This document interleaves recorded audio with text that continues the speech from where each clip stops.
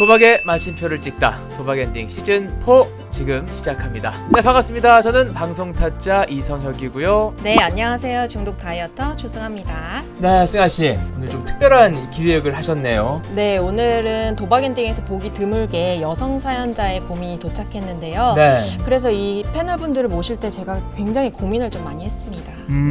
아주 오랜만에 우리 여성 사연을 좀 다루는 건데 어떤 분들이 오셨을까요? 네, 그래서 오늘 모신 분들은요. 네. 도박엔딩 최초 여성 본면 타짜로 출연하셨던 한우물 여운님 모셨고요. 저희 베테랑 상담사 특집에도 나오셨죠? 최서연 선생님 모셨습니다. 네, 두 분 모시겠습니다. 어서 오십시오. 네, 어서 오십시오. 안녕하세요. 저는 한우물 여울입니다. 네. 네, 반갑습니다. 인천 도박문제 예방치유센터 최서연입니다. 네, 반갑습니다. 한우물 요원님은 이제 지난번에 처음 출연하셨을 때에 비해서 상당히 좀 얼굴이 좀 좋아지셨거든요. 네. 출연 이후로 조금 더 변화된 게 있습니까? 아무래도 이제 도박을 끊고 나서 네. 새롭게 뭐 계획했던 것들이 있어서 네. 그걸 준비해 가면서 살고자 하는 의욕들이 좀 약간 생겼던 것 같거든요. 그래서 우울했던 모습들이 조금은 네. 좀 긍정적인 변화로 그래서 좀 나아 보이지 않았을까라는 생각이 듭니다. 출연하신 지 지금 한 3년쯤 됐나요? 네. 3년 전에 비해서 전반적으로 지금 상당히 좀 나은 삶을 살고 계십니다. 네, 그리고 이제 예방 활동도 열심히 하고 계시다고 제가 들었거든요. 네. 단도박 전도사로도 또 활동하고 계시는군요. 오늘도 이제 사연이 준비가 되어 있는데 여성분의 사연이 도착해 있습니다. 제가 한번 읽어보고요. 거기에 대해서 우리 두 분의 이야기 한번 들어보도록 하겠습니다. 안녕하세요. 저는 남편과 두 자녀와 함께 살고 있는 40대 주부입니다. 외벌이하는 남편이 주는 돈을 아껴서 생활하며 부유하진 않지만 먹고 살 걱정은 없는 평범한 가정을 꾸려왔습니다.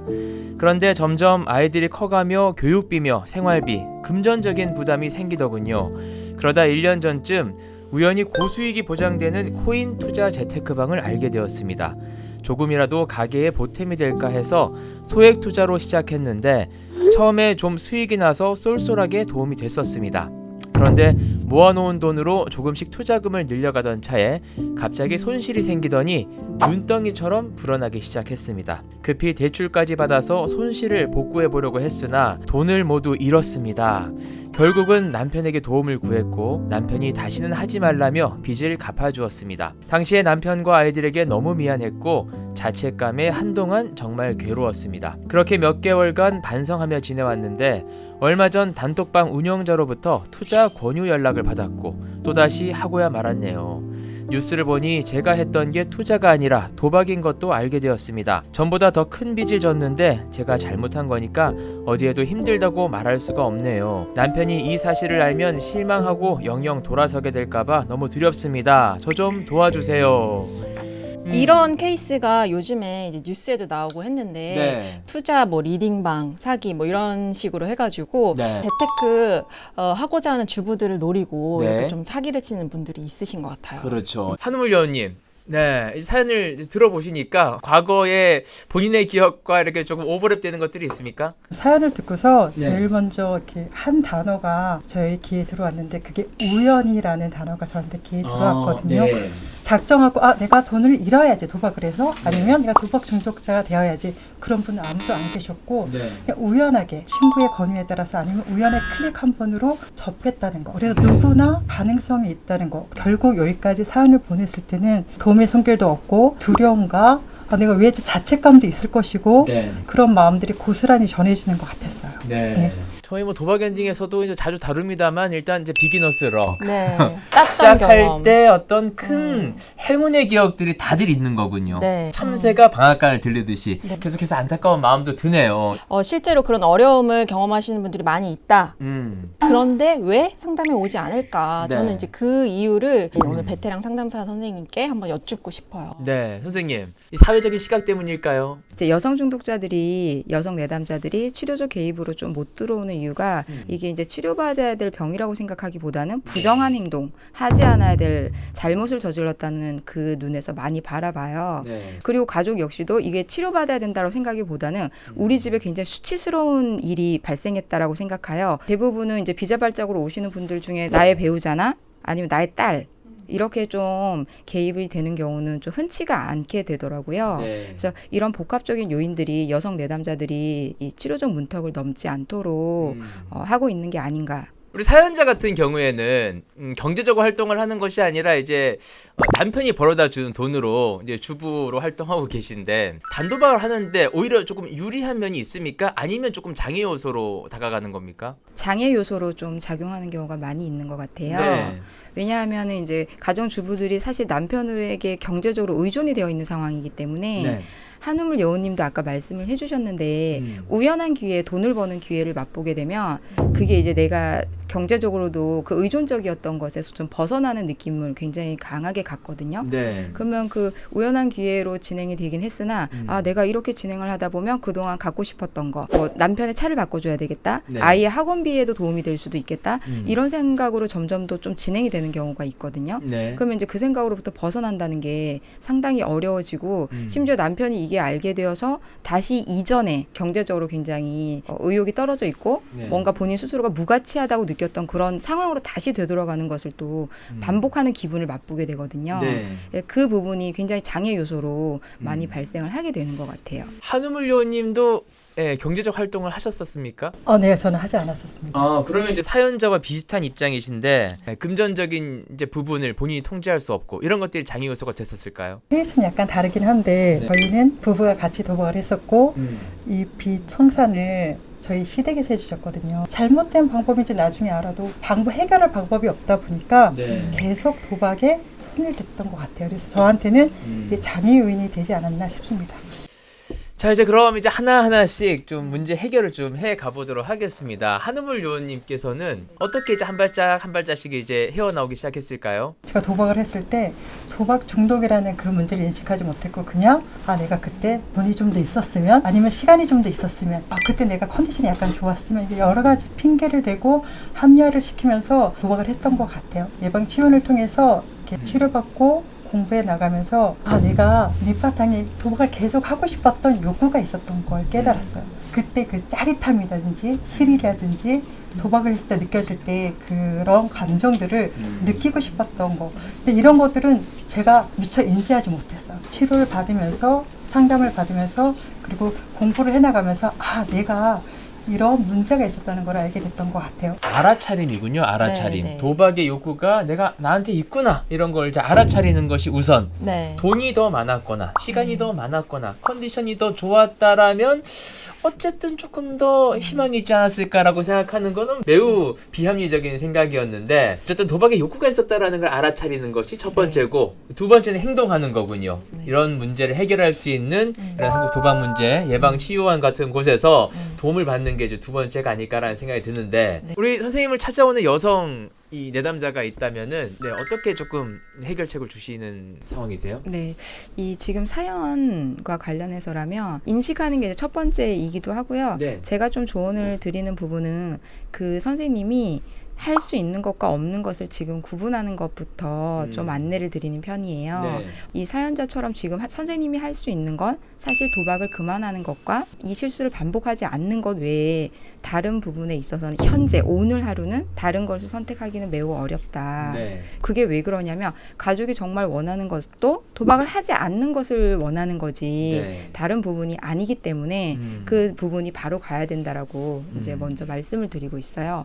그리고 뭐 배우자가 용서를 해주고 말고 뭐 너무 두렵고 이 부분은 배우자가 해야 될 영역이라고 이제 말씀을 드려요. 근데 저도 도박 문제가 없지만 저렇게 이제 상담사분 누군가가 내가 할 수 있는 영역을 조금 알려주고 이렇게 같이 계획해주고 실행을 해주면 훨씬 또 실행하기가 수월하고 굉장히 의지가 될 것 같아요. 네.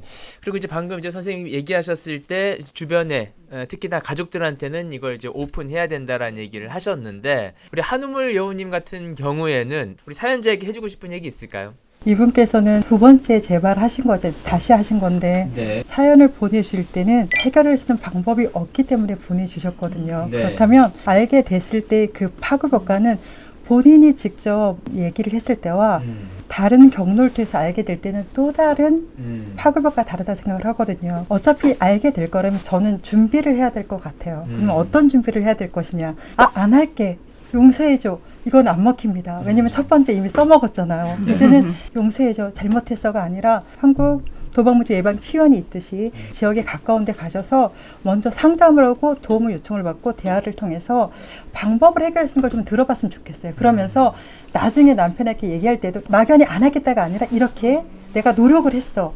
두렵고 떨리겠죠. 그래도 조금 더 그 완화 작용을 좀 하지 않을까, 힘이 되어주지 않을까라는 생각을 좀 해봤습니다. 네. 단순히 네. 안 할게라는 것들은 조금 이제 그 상황만 모면해 보일 수도 있겠네요. 네. 되게 구체적이고 실질적인 좀 조언이신 것 같아서 네. 이걸 보시는 분이 있다면 좀 음. 그렇게 한번 진행을 해보시면 어떨지 이런 네. 생각이 듭니다. 그리고 또 어떤 사연이 있냐면은 어떤 남편분은 이렇게 얘기해요. 빚은 다 갚아주세요. 무조건. 빚은 다 갚아주시고 아내가 절대 못하게 겁을 줘라. 막 이렇게 말씀하시는 분들도 계시고 이런 가족분들이 꼭 아셔야 되는 부분이 있다면 좀 선생님께서 오늘 한번 이야기해 주시면 좋을 것 같거든요.